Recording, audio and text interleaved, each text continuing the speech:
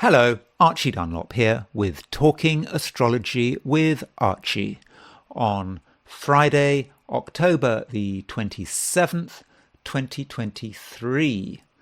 When I was learning astrology in the 1980s, I remember that astrologers were very keen to look at the charts of disasters and tragedies. They would really want to know exactly when these tragedies, disasters happened. Then they would be able to set up a chart for these events. In the 1980s, there were certainly some memorable disasters and tragedies. If you in the UK, above a certain age, you might remember the King's Cross disaster, where there was this massive fire in the King's Cross underground station. I believe it happened when a cigarette got tossed and it landed on some garbage, and the garbage caught fire, and there was sort of walls of fire when the escalator tunnels were just covered in fire, full of smoke. I think dozens of people were killed. I don't know precisely how many people were killed in the King's Cross fire, but it was a lot. I think as a result of the King's Cross fire, it was no longer allowed to smoke on the underground system. Then there was the Herald of Free Enterprise disaster. The Herald of Free Enterprise was a ferry, I think crossing the North Sea, I think to the port of Zeebrugge, and it suddenly took on water, and a lot of people were drowned. On a more international, global level in the 1980s, there was, of course, the Challenger disaster, where the space shuttle fell out of the sky, something to do with O-rings catching fire and so on.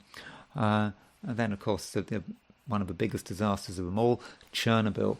And in every case, astrologers just wanted to know what the time of these events was. They'd set up the charts, try to analyze them in a fairly objective way. And there was no sense of sort of, oh well, people were killed, we can't deal with this. No, we don't want to go down that road. No, astrologers wanted to get into these events. Maybe this is part of the tradition of astrology. If you look at astrologers over the centuries, not in this century, but I don't know, in medieval times, Renaissance times, astrologers were very interested in predicting death, and they'd like to show off their talents by looking at charts of where they had successfully predicted that some king or notable had died. And this has been somewhat forgotten in the modern era, but I think it's still there, and I think maybe that's why we see astrologers, or at least in the 1980s, we saw astrologers being very interested in disasters. I don't know to what extent astrologers are into disasters right now, but I'm assuming there's still a lot of interest in the precise timing of events. And this brings us on to the latest disaster. So last Wednesday there was this shooting, or a few days ago, there was this shooting in Lewiston in the state of Maine, which I believe is the worst shooting so far in this year, 2023. So I think over 20 people were killed, and I think 50 wounded, maybe more than 50 wounded, and so even by American standards, Wednesday's shooting is very major, noteworthy. And so what I want to do is, I want to look at the horoscope of the shooting. Now, we don't have a lot of information about it. I don't have the chart of the person who is alleged to have done this shooting. In fact, in this video, I'm not really going to concentrate on that. I just want to look at the event. So from what I can see, the first shots were around 7 p.m. on Wednesday. That's Wednesday, October the 25th, 2023. And so I set up a chart for the moment where I think the shooting started. Maybe I've got the time wrong. Maybe as more information comes in, we'll get a more accurate time. But for the purposes of this video, I'm just going for 7 p.m. I also want to look at how the shooting might have impacted the horoscope of the state of Maine. Maine became a state on March the 15th, 1820. I've taken midnight. Maybe I've got that wrong, but from what I can see, that seemed to be the moment. You know, as you moved into March the 15th, 1820. That's when Maine became a state. So we got a horoscope. So then there's a question: is does this shooting have any impact on the state of Maine? So those are two charts I'm going to look at. But before I do that, I want to look at the astrology and I Ching for today, which is Friday, October the 27th, 2023. So let's see what's going on. As always, set the chart for New York. I set it for noon. We can see that the moon is still in Aries and it is conjunct the North Node. North Node in Aries is about where we should be moving, what we should be doing. North Node in Aries is about taking the initiative. It's about doing our own thing. It's about being independent-minded. That contrasts with the South Node in Aries. Sorry, the South Node in Libra. The South Node is the line of least resistance. It may be where it's easiest to go, but it's not really the way we should be going. South Node in Libra, there is this temptation to compromise, perhaps to compromise with evil, to just sweep things under the carpet and just do anything for a quiet life. And so with the moon conjunct the North Node, which it is today, and it's actually conjunct Chiron as well. The moon conjunct Chiron and the North Node, the challenge is to take the initiative and to be brave. I mean, not brave in a way where we risk our lives, but be ready to stand out. And maybe with the moon conjunct Chiron, it may be standing out in terms of perhaps helping people. If someone's in trouble, it's so easy to just ignore them, the bystander effect and all of that. But we have to take a stand. We have to take a stand to make the world a better place, and I think that is an important challenge for today. But we do have to listen to our feelings, and if we listen to our feelings, I think we'll know what is the right thing to do. And maybe in many cases there are going to be two choices. There's going to be the easy choice and the difficult choice today. And what we have to do is be ready to take the difficult choice. Difficult as in taking a stand, getting noticed, being the one to get things moving. Of course, the easy choice is to just go with the flow, but that's not what we should be doing. So that's the moon in Aries, conjunct Chiron, conjunct the North Node. While this is going on, Mars is, you see, Mars is at 1039 Scorpio. Well, it's exactly 135 degrees from Neptune. This could be a difficult aspect. 135 degrees is, 3/8 of the cake. So if you've got your cake with 8 equal slices, 135 degrees is 3 slices. And it's a dynamic aspect with sesquiquadrate. So Mars is how we assert ourselves. Mars in Scorpio is very strong. We have powerful feelings, and we can use these feelings to get results. We can perhaps use a bit of emotional manipulation, but we tend to get our way, Mars in Scorpio. But it kind of gets sidetracked with this sesquiquadrate to Neptune. This means that we might put a lot of our energy into things which are not very helpful. Activities which are maybe a bit dubious. Well, in certain cases, they could be borderline criminal, Mars, Neptune. Things that are sleazy. Things connected, I don't know, you think of alcohol, drugs, that kind of stuff. That could be Mars sesquiquadrate Neptune. So there are temptations, perhaps, in that department.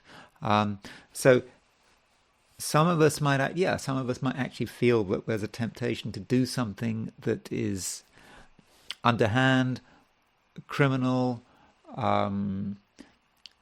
perhaps sort of appeals to the worst side of our nature. So really consider how you use your energy, because there's a danger there.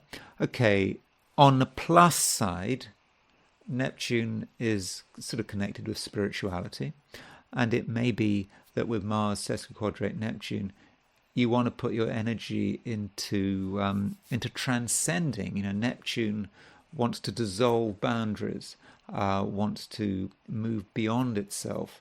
And so maybe that's something you can do from a spiritual point of view. But even then, there's a slight danger that you kid yourself. And there's another warning with Mars sesquiquadrate Neptune. Mars sesquiquadrate Neptune can be the fraud. Someone trying to defraud us. Mars is someone using their manipulative skills to get something out of us. For example, money. So watch out for that. By the same token, don't be tempted to be a fraudster yourself. There's certainly in many cases could be a temptation in that department. On a sort of more mundane physical level, think carefully if you're doing anything with water. It's probably not a good idea to go boating today. Swimming swimming. All sorts of things can go wrong if you're swimming. Plumbing. Watch your plumbing. Don't mess around with your plumbing unless you know what you're doing. If in doubt, get help. So that's another aspect of Mars sesquiquadrate Neptune. Overall, it's not a particularly interesting day. There's not a huge amount going on, though I should kind of point out that Mars is starting to get very close to Jupiter. And I'll be looking at this aspect again when I consider the shooting at at Lewiston in Maine. But Mars is really close. It's less than a degree than Jupiter, and it's also very close to Mercury. As I've already told you, Mars opposition Jupiter is not a fortunate aspect. It might seem to be a fortunate aspect because it's Jupiter, but Mars opposition Jupiter, there's just this real temptation to overdo it, put all our energy into the wrong things, with potentially catastrophic results. So don't go over the top. Steer clear of anything that might remotely become violent, because the potential is there. Although I'm guessing that this Mars-Jupiter opposition is more likely to manifest on a sort of collective level, the sort of stuff you see in the news. I should also point out that Mercury is moving to a conjunction of Mars, so that is quite an aggressive energy, at least particularly on a verbal level.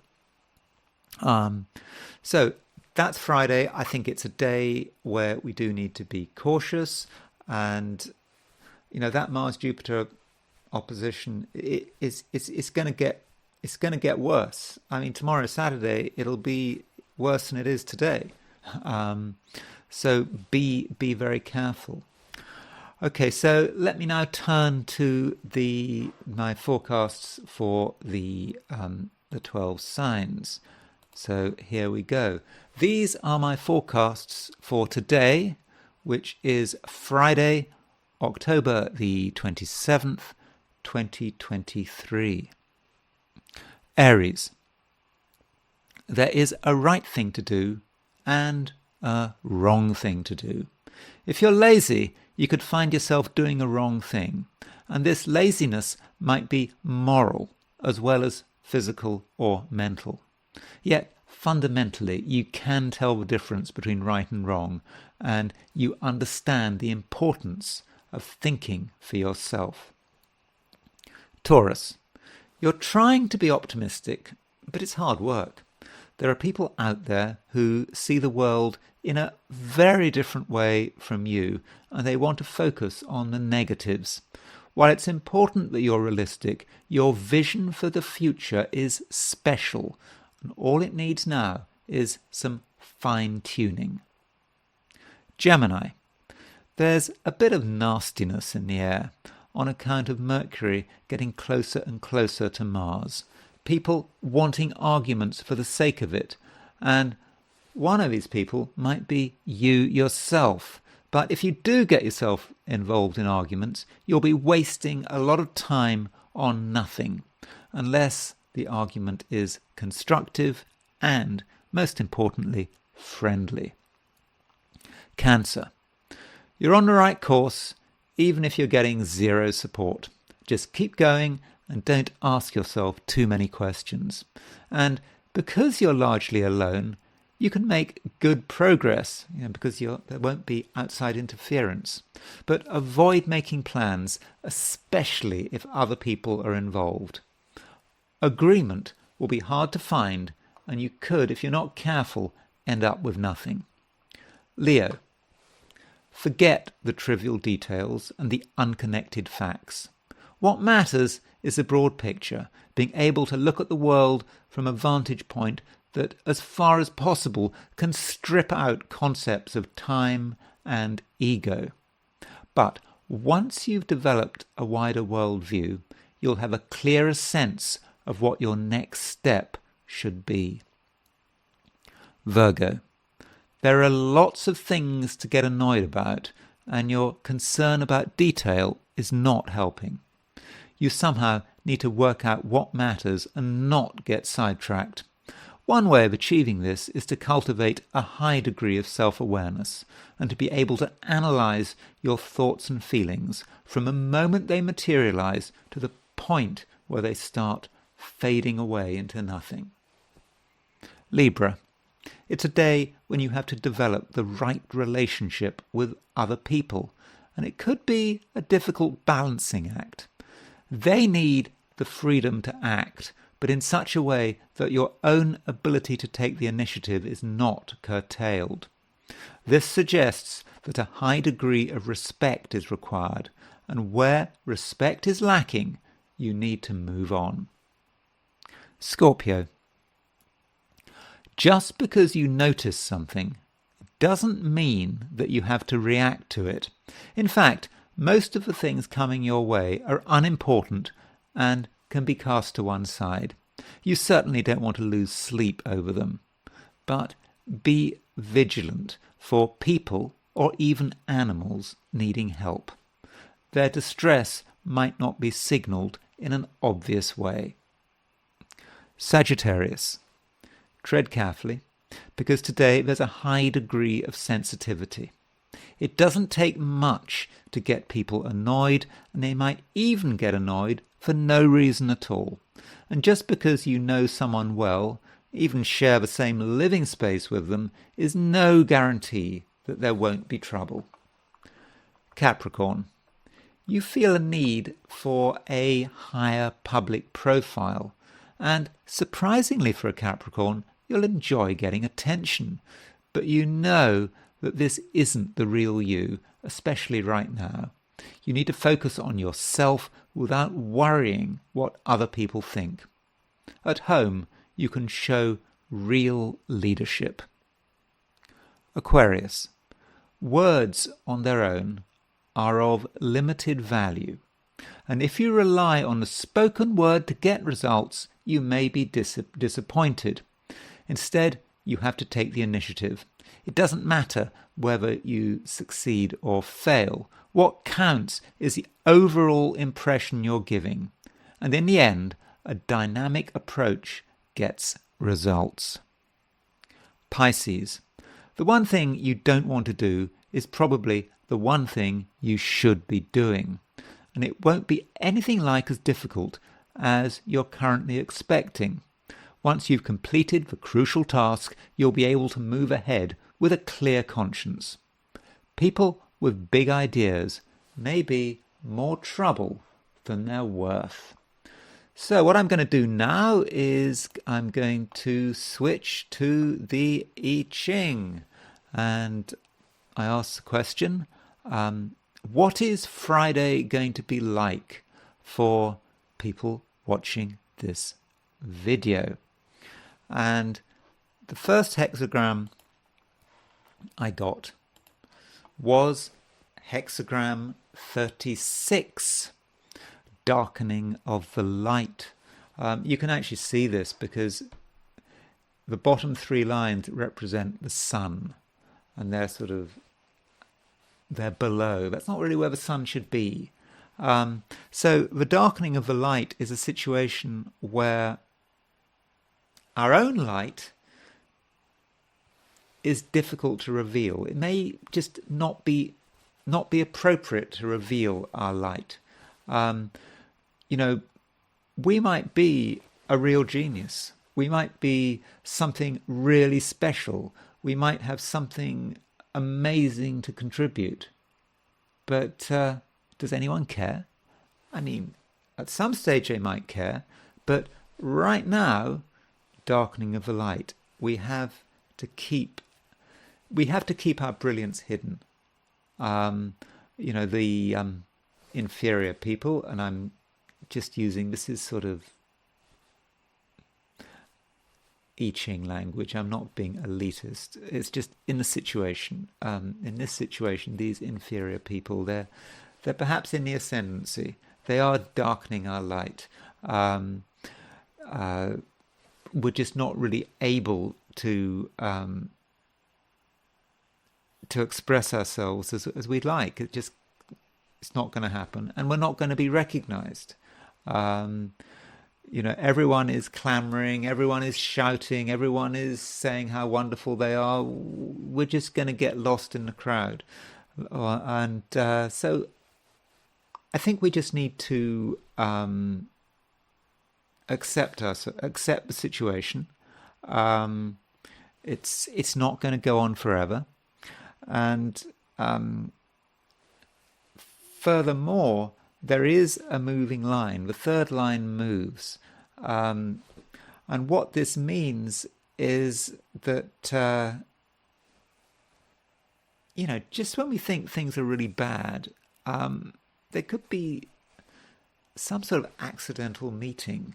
Now, this accidental meeting may be with our nemesis. It may be we see someone or a situation that is really, really been tearing us down, has been preventing us from expressing ourselves. And we actually are in a position to, we see this person and we see them right in front of us, and we then have to work out what we're going to do. We can see the heart of the problem. We have to be very careful that we don't overreact. Yes, we can take punitive action, but is that the right thing to do? We just have to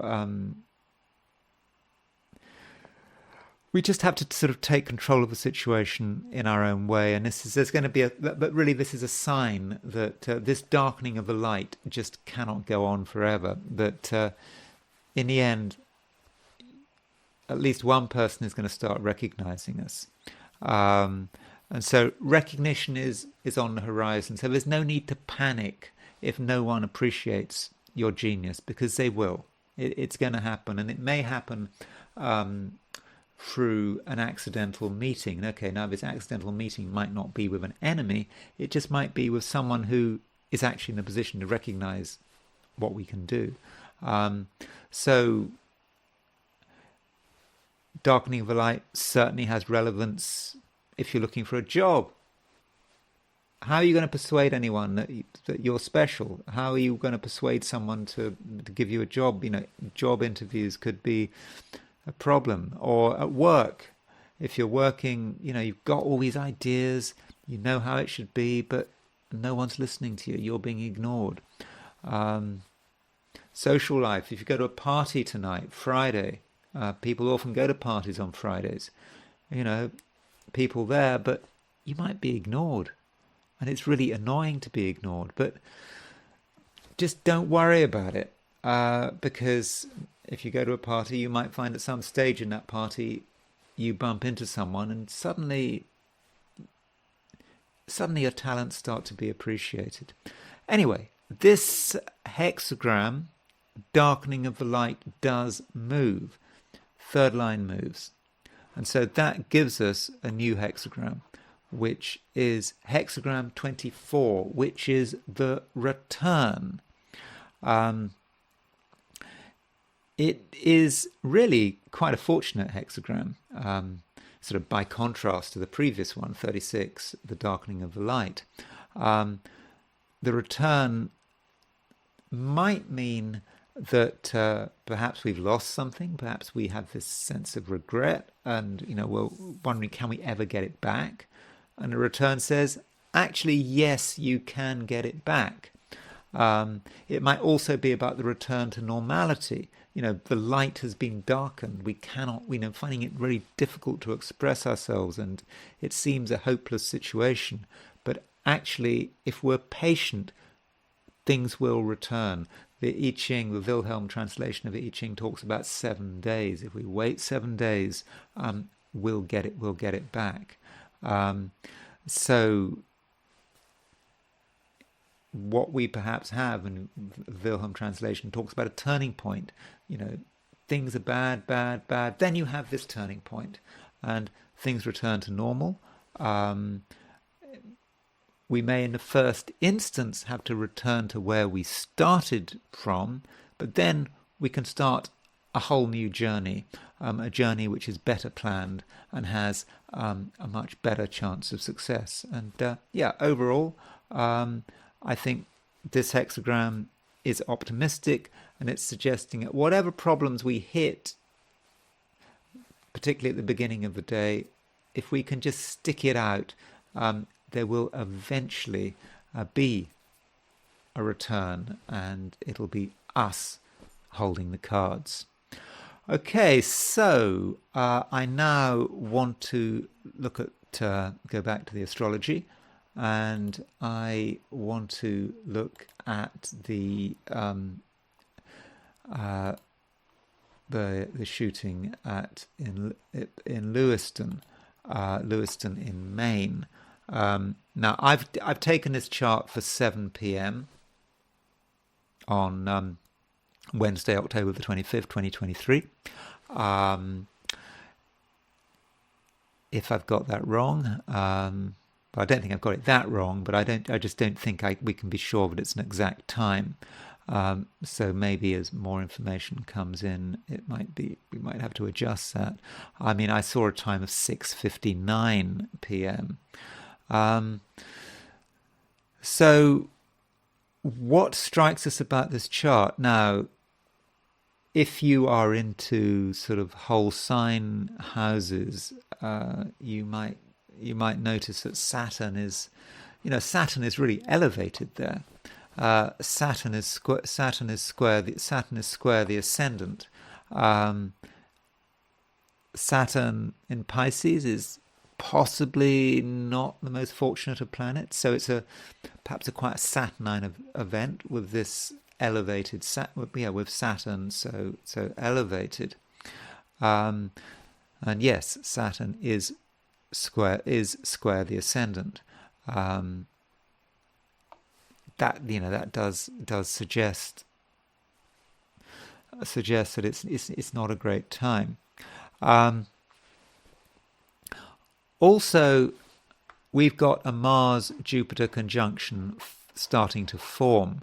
Now, this Mars-Jupiter, sorry, not conjunction, I mean a Mars-Jupiter opposition. Now, this Mars-Jupiter opposition is obviously affecting absolutely everyone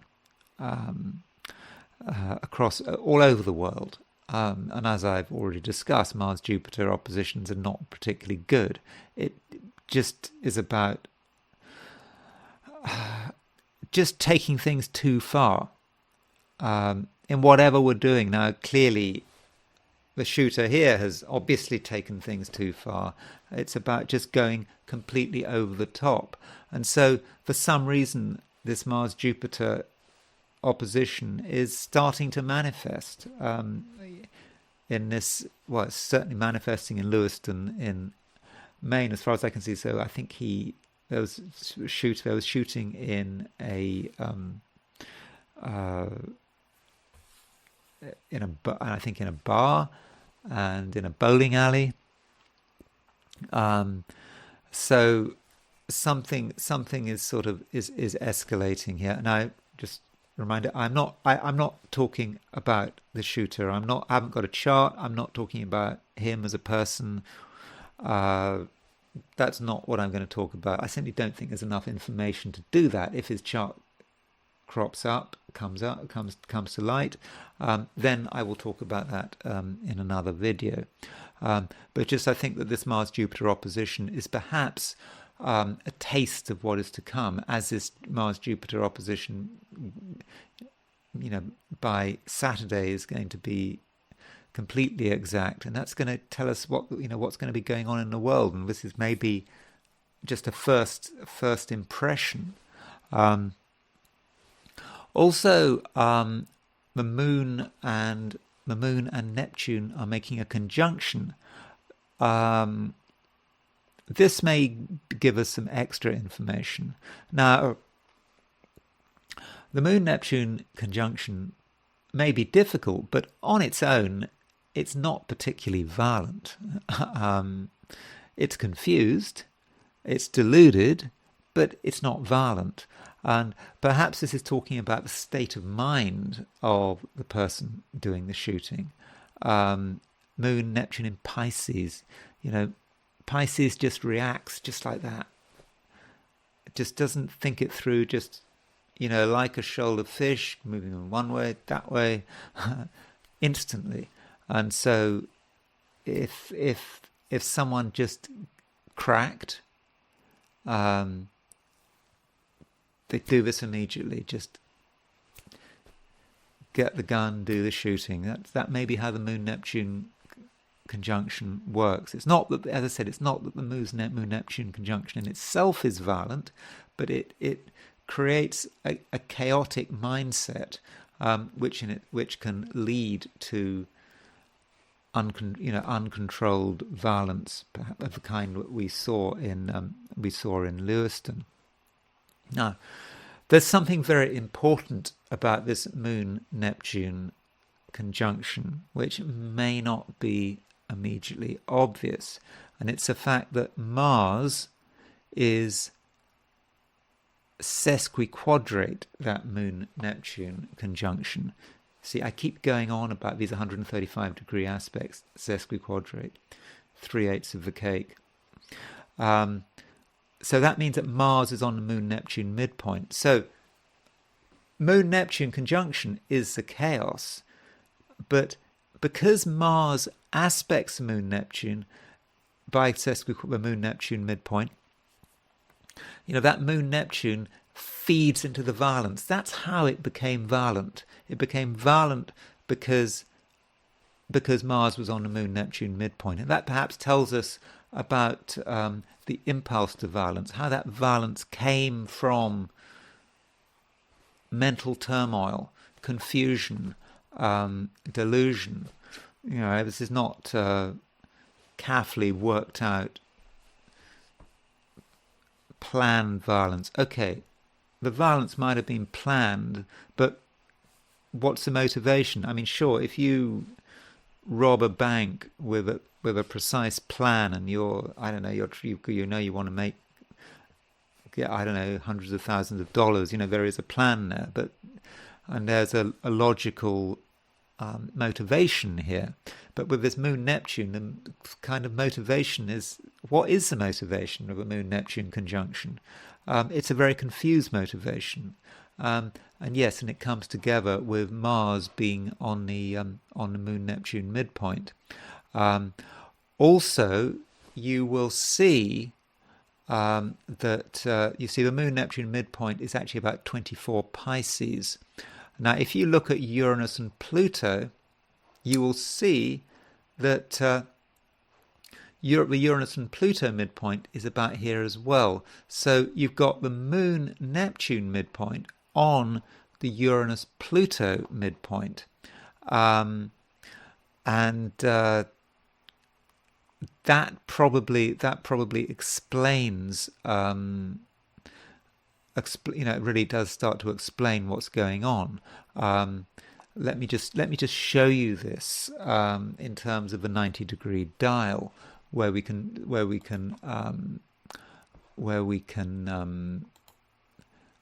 see a sort of, if you like, a sort of X-ray of the chart. So there is the 90-degree dial. Don't worry too much about how this is created. But what I'm going to do is I'm going to put the arrow on Mars. You see, there is Mars, and you can see that Mars is on the Moon-Neptune midpoint. There, you can see that symmetry there between Mars and the Moon-Neptune, and you can also see the symmetry. There's Uranus, there's Pluto. So you can see Uranus and Pluto, and Moon and Neptune, and that's what Mars is on. So Moon-Neptune represents the confusion, but then Uranus-Pluto represents the urge to create dramatic, catastrophic transformation through a single sort of act of violence. Okay, so that's the what I think are the sort of the main themes of the chart of the shooting. But then, how does this link to the horoscope of Maine? Sort of when we had those fires in Hawaii, I remember I set up the chart of Hawaii becoming a state, and I think that's an important moment. And likewise with Maine, the chart of it becoming a state. Now, I'm not an expert on the history of Maine, but I think that that Maine was admitted to the Union on March the 15th, 1820. I believe it happened at midnight. I may be wrong. Maybe it happened sometime during the day, but I'm even if it did happen at another time, I don't think that I don't think that's going to alter the sort of a main connection that I seem to have found between the chart of Maine and the chart of the shooting. So, okay, Maine. Okay, so March 15th, 1820. I've set it for Portland, Maine. Now, in 1820, the state capital of Maine was Portland. A bit later, it was changed to, I believe it's Augusta. But so I've set it for the state capital in 1820. Now, I don't know about Maine. Apparently, they say about Maine, as Maine goes, so goes the nation. I'm not sure if that's a very optimistic thing to say in the light of what happened on Wednesday. I know nothing about Maine. I mean, Maine is kind of it's on the sea. It's got a submarine base, I think. Is that Portland, Maine? And so it's kind of not surprising that Maine is it's got Sun in Pisces. Sun in Pisces conjunct Pluto. Yeah, I think that maybe that fits. It seems to be me. Maine seems to be my stereotype of Maine is this sort of windswept place, sort of on the on the far flung borders of the continental US, almost in Canada. I think Maine used to be part of Massachusetts, and actually this date, March 15th, 1820, this is when it became its own state, when it was able to separate from Massachusetts and have its own statehood. Now, the thing that I notice about Maine's chart is the sun. So it's got its sun at 2433 Pisces. So let's see how that sun at 2433 Pisces fits in terms of the bi-wheel. So inside the inner chart, we've got the chart of Maine. On the outside chart, we've got the chart for when the shooting happened. Now, Maine, if you take the midnight chart, and again, I can't guarantee I've got this right. If we take the midnight chart for Maine, set for Portland, the ascendant is at 324 Sagittarius. If we take the start of the shooting as being at 7 p.m., then the ascendant is 2 degrees 20 Gemini. So the ascendant at the time of the shooting started was potentially exactly opposite. Maine's ascendant. So I think that may be something quite important. Now, if we look at Mars, now I mentioned the fact that at the time of the shooting, Mars here was sesquiquadrate the Moon-Neptune conjunction. Now look at that Moon-Neptune conjunction.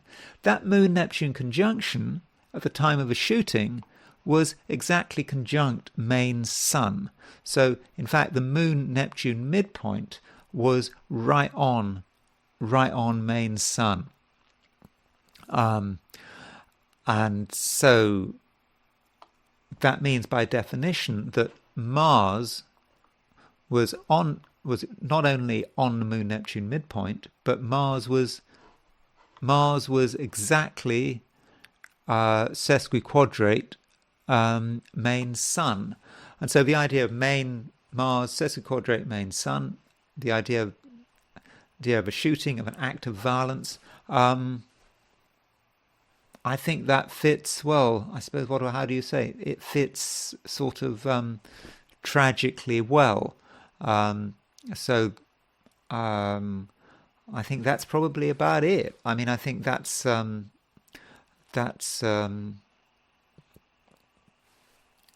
how I think that the shooting links with the horoscope of Maine.